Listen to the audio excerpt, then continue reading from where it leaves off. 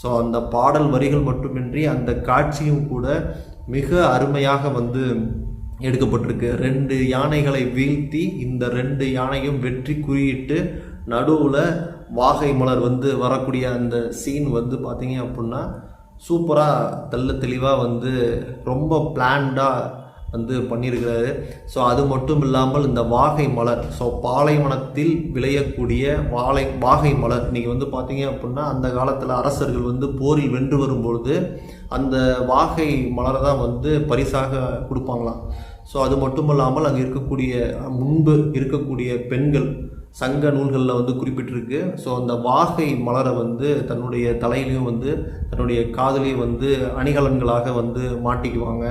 So அந்த அளவுக்கு மிகவும் அழகான ஒரு பூவாகவும் நிறைய மருத்துவ குணங்கள் நிறைந்த ஒரு பூவாகவும் இருக்குது அப்படின்னு சொல்லிட்டு அந்த வாகை மலரை குறிப்பிடுறாங்க.